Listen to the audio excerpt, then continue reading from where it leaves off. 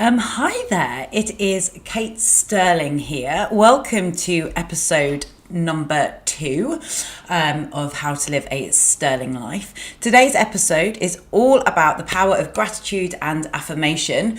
And just because I'm trying out new things, I'm also streaming this currently live to YouTube. I have a YouTube channel as well. So for those of you who like the visual element of it, I have severe lockdown hair at the minute. It's in desperate need of some rehab. So hopefully at some point I will get that cut.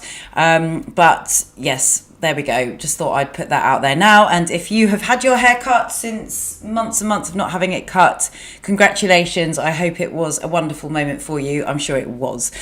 So I've promised that I will keep these podcasts succinct and to the point. I've even written a plan, which is very unlike me. Normally I'm quite off the cuff, but I know how quickly that can get a little out of hand. So, where do we begin? Well, I want to make sure that these podcasts as well aren't just me listing off life memoirs and, you know, taking you back into the depth of despair that I mentioned in episode number 1. But it is quite important for me to be able to share those moments with you. And in that, there does come a little bit of a caveat, I guess, a bit of a, not a trigger warning necessarily, but just with awareness that if what I talk about does ever make you feel bad in a unhealthy way for you, then just in times of healing, that sometimes hearing other people's stories can be quite challenging. Their successes, for example, might feel a little, or my successes might feel a little to you challenging if you're not quite at that point yet. And likewise, maybe you find it inspiring. And that's what I hope, is that really what I share, I really want it to help you. So, you know, always do feel free to share feedback and things like that. You can go rate and, you know, comment on Apple Podcasts. Maybe don't put your feedback there if it's negative. Maybe if you're not feeling that positive about what I'm saying, if you can just pop me a PM or an email or something, that would be appreciated. But yeah, so just know that if you're listening to topics and it does bring up stuff for you, then it's always good to maybe stop, take a moment and breathe. Always take a breath in. Let it go and just acknowledge what's coming up for you and have a little think or a little explore of why that might have been a trigger for you. Obviously, sometimes it's because I might be reliving an experience that you've been through and you don't want to go back to that time. You've worked so hard to get yourself out of your own kind of situation that you don't want to go back there, and that's totally fine. You've got to keep yourself safe. Anyway, on that dark note, bringing in some light. Because it is all about that. And this for me is all about that positive energy, because there is definitely a balance. I still have days where I'm like, oh my God, this is a real challenge for me. And, you know, I'm having to really, really work hard here to use all the tools that I've learned over the years to feel positively about things. But it doesn't mean that you can't keep working through all the stuff and do all the things to get to this point where I feel like I've got to in my life, where I just, anything that happens at the minute now, I have this ability to reframe it. And that's what today's episode is actually a little bit about. So today I'm going to be talking about the power of gratitude and affirmation. Now, these two things in themselves could literally be their own topic. They're two hugely powerful tools that you can use to help really feed yourself with positivity and fill up that tank. So if you think about a car, just using a very, very basic example. If you feel like it, kind of look at a car, when the car has a tank of petrol and it starts to run empty, it starts to not be able to move properly. It starts to splutter. It starts to perhaps break down entirely. The running of the whole machine of the car just stops. And this is exactly the same in terms of how you feel about yourself and your life and the situations and the people that are in your life. So if your tank of that person or situation is at the very, or yourself is at the very lowest of the low, you're going to run out of steam. You've got nowhere to go. Where is there to have that energy to keep on going? But then conversely, you've got all that space that you can fill with whatever methods you want to use to help you through those times and to help you through kind of overcoming bits and pieces. So I wanted to take you back a little bit to where this all started, and it's kind of in the middle of the story of my life, which I won't delve into. That, I mean, I could go and tell you the story, but that, you know, that's a story time for another time. But this goes back really to when the early days of my divorce, and straight after. So I was married for a year. I'd been with my ex-husband for about 7 years, and in that respect, I'd never actually really been in a relationship before. I'd never really been through a breakup, and I hadn't really ever, I'd been very privileged and hadn't really had any situations where I had been completely chucked into the deep end. And my divorce absolutely chucked me into the deep end. It kind of took me from a place where my tank was, I think, bumbling along kind of 3/4 full, maybe half. Actually thinking about it, maybe in a quarter, but that's again a story for another day. But it took that tank right down to empty. I felt like my life was over. I felt like I had nothing good in my life. And then that became my story. So that became the narrative that I told myself, even though I still had tons around me. And looking back now with that hindsight, I can see just how much I had. I was very fortunate. I have come from a very loving and supportive family who, you know, took me back in. Thanks, mum and dad. But at the age of 32, that for me was like complete and utter failure. And so there's lots of different things here that play into that perception of us and ourselves within our own bigger projection of our lives and the whole bigger picture of our lives. So within that moment, I decided to judge myself. I felt like, for whatever reason, I wasn't really loved or I wasn't really appreciated, which is absolutely the opposite from the truth. But what happened as a result of the divorce was that I went into a very dark hole of depression, basically.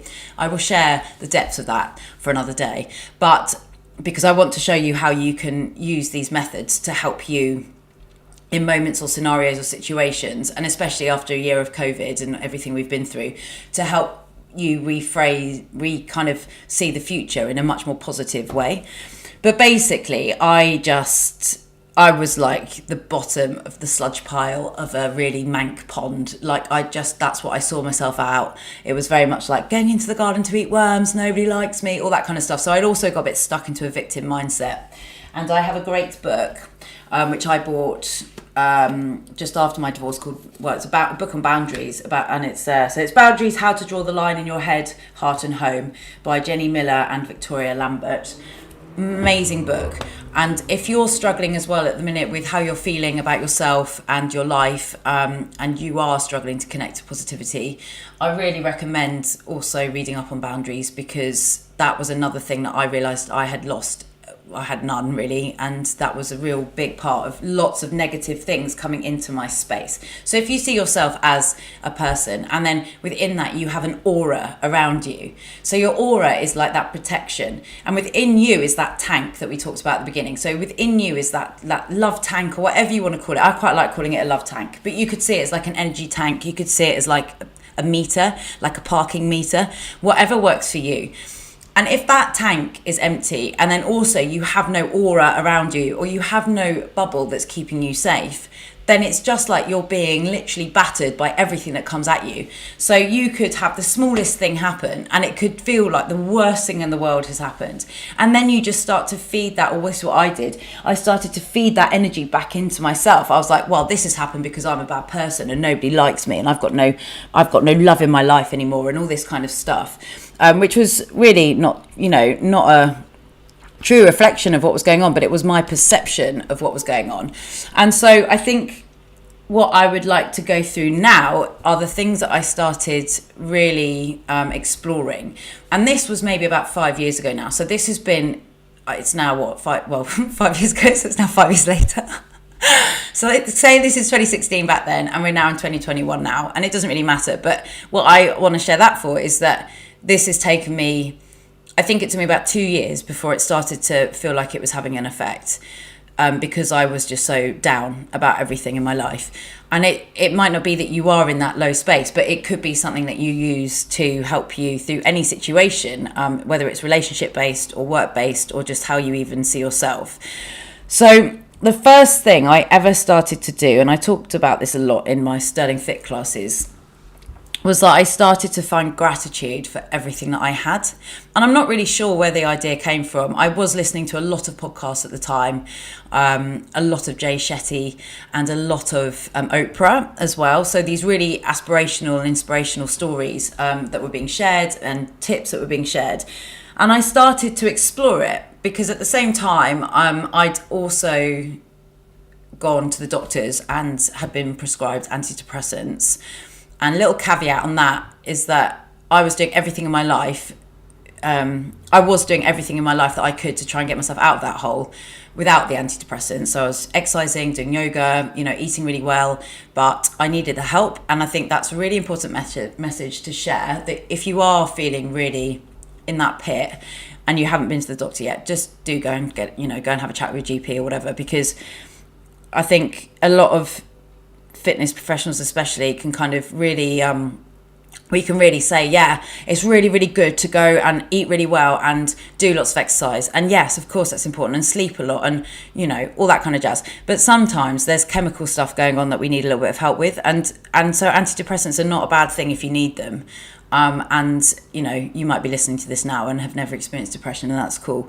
But just know that if you are listening to this and you do need something like that, if you are doing all the things, just go and have a chat with the GP. But what I wasn't doing at that time was a lot of this gratitude work. And I do think that the gratitude work that I started doing absolutely helped me get to a place where last year in 2020, so I was on them for a good couple of years, that I was able to come off these antidepressants. And again, I'm not saying, because I'm not a medical professional, I'm not saying that this alone will help you out of any holes. It is a tool in a much bigger picture. It's like one little strand. It's one little extra layer into that love tank, or into that tank, or whatever you want to call it, into the parking meter to help you feel like you've got that energy, like that car that's got a full tank of petrol.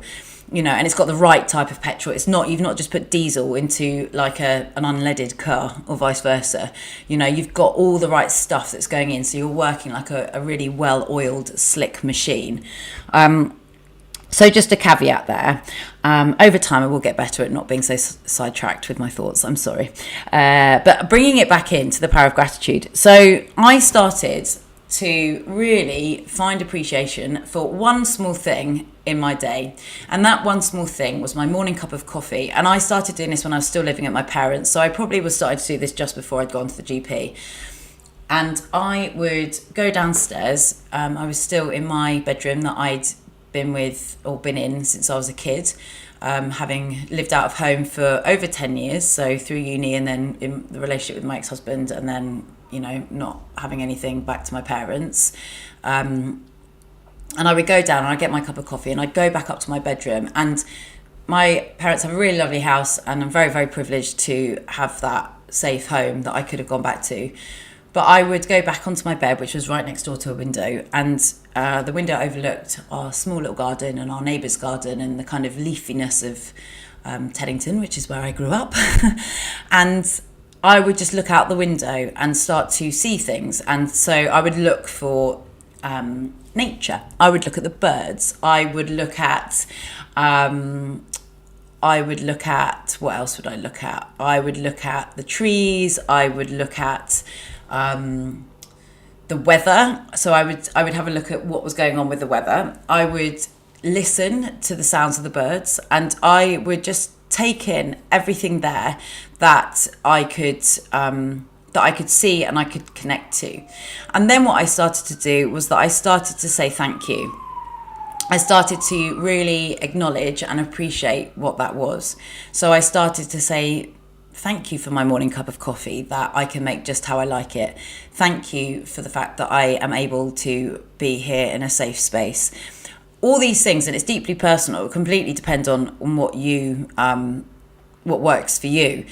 And I think it's something, again, that if I'm ever feeling negative about an experience, I will literally still come back to that morning cup of coffee. I will still come back to how having a cup of coffee that I can make how I want it is literally the best thing that can ever happen to me. Like literally the best, like, wow, how amazing is it that I can make my coffee just how I like it?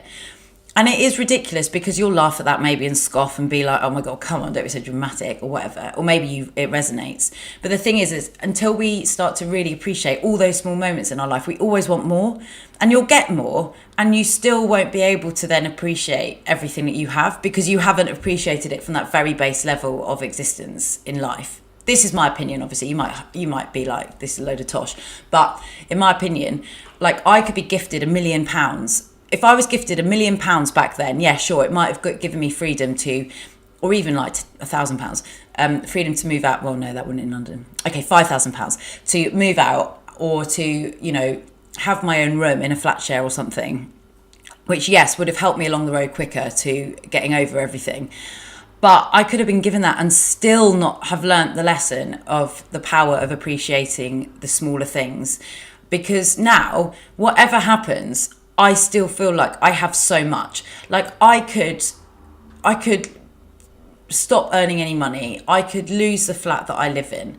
But now I have so much gratitude for, okay, well, that's fine. I'm still safe. I'm still able to go somewhere else. I can still go to my parents. I can still maybe, you know, stay with a friend or whatever. But without having done all that base layer work of, oh, I'm so grateful for this morning cup of coffee, I wouldn't feel like that now. And so again, if I'm you know, earning more money now, really at the very basic level, I'm super happy as long as I can make my morning cup of coffee. Now, you know, if that was to ever go, who knows what might happen. That might take a deeper level of work, and that could happen. But if you can really go and start to not keep wanting more and to really just look at what you have. And it is harder than just saying that, because I remember back then that I really struggled to feel positive. And I must have sounded like such a brat when I talked about it, because I think I just whined all the time. It's just really bad. And the thing is, it was really bad. I was really depressed. But I was also trapped in that victim mindset of like, well, I've got nothing and nobody likes me, and my self-esteem was absolutely on the floor, beyond, like, probably to the lava of the soul of the earth, you know, so, like, completely lost. So all that sense of just building gratitude in something tangible also then started being able to feel good about myself, because a big part of this as well is always about how we perceive ourselves, and that leads seamlessly into the power of affirmation. So I started reading someone called Louise Hay's books, and I started only fairly well over the last couple of years looking at Brené Brown. But Louise Hay and Brené Brown, they have kind of a very similar area of exploration. And Louise Hay, a lot of this, or a lot of what she has written about, is about the power of affirmation. And the power of affirmation is vast, and it's something that I'm still exploring. And I think for me, it links into this whole, you know, woo-woo land of the universe, and whatever you want to believe in that. I'm not religious, but I do believe in the power of something like the universe. I believe that we have kind of like a path that we're on, and that we have so much more control in our lives. And that's what makes me bring in this whole sense of how to build the life that you want, because actually you do have that power, and that you could just see that as taking control in action. You don't have to see that as a you know, there's someone else pulling the strings. And I don't believe that. I think we're all in control of what we do. But these affirmations are insanely powerful, and they really help. So the affirmations really help you shape how you see yourself. So if you wake up in the morning and you've burnt your coffee, and so you've forgotten to do the gratitude about the coffee, and then you're like, oh my God, well, I just make a crap cup of coffee, I'm a really bad person, it's going to be a terrible day. That is then how the day shapes, because you believe then you can't even make a cup of coffee. Like, you're just awful. Like, oh my God, if I can't make a cup of coffee, how am I going to be able to do anything? And then you get into a work meeting, and then you're like, oh my God, well, you know, the day started off really badly. I can't even make coffee. How on earth am I meant to be able to do this presentation? And then the presentation probably goes a bit wrong because your energy is all over the place. And then you just start to layer and layer and layer on top of each other these negative thoughts about yourself. And I'm not saying you do this. This is what I've done in the past, but I'm just sharing it like that in case it resonates. And basically, what starts to happen then is that we create our own narrative about who we are as people. And positive affirmations really help you to come back to practical thought. So I've written down a couple here that I've had on my wall by my desk for the last couple of years. And a lot of it as well was about believing in a future that was going to be great, which I still believe in. Well, my life is great now. I think this is also, oh my goodness. I promise next time this will be a bit more structured, but this is part of the point of this as well, is that you are already living a sterling life.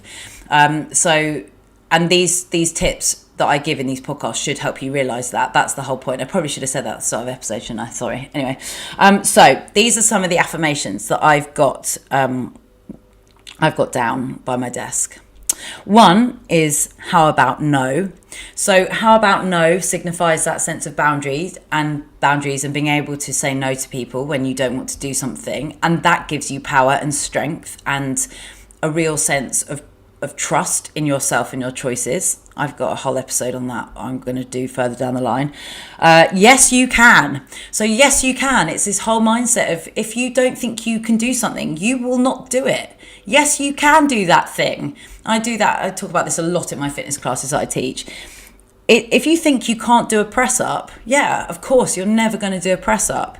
If you think, okay, I'm maybe not at the point of doing a full press up with my knees off the floor, but I can do it like this and we can work and build it up layer by layer. Yes, you will get to do that full press up one day, but you will only get there if you think, yes, you can.